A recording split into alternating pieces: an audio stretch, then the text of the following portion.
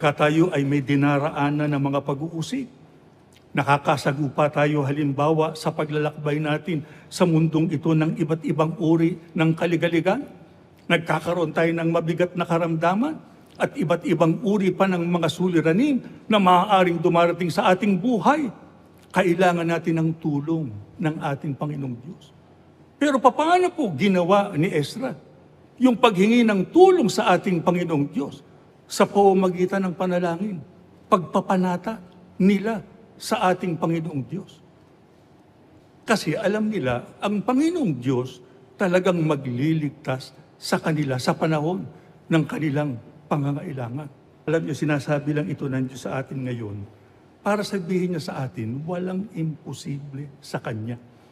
Pagka tayo nagtiwala sa Kanya, sumampalataya sa Kanya, nagpanata tayo, nanalangin tayo, hindi natin pinabayaan ang ating mga paglilingkod sa Kanya, nakahanda siyang tumulong kahit na napaka-imposible pa ng sitwasyon ng daigdig na ito. Kaya mga kapatid, ito po ang bili namin sa inyo.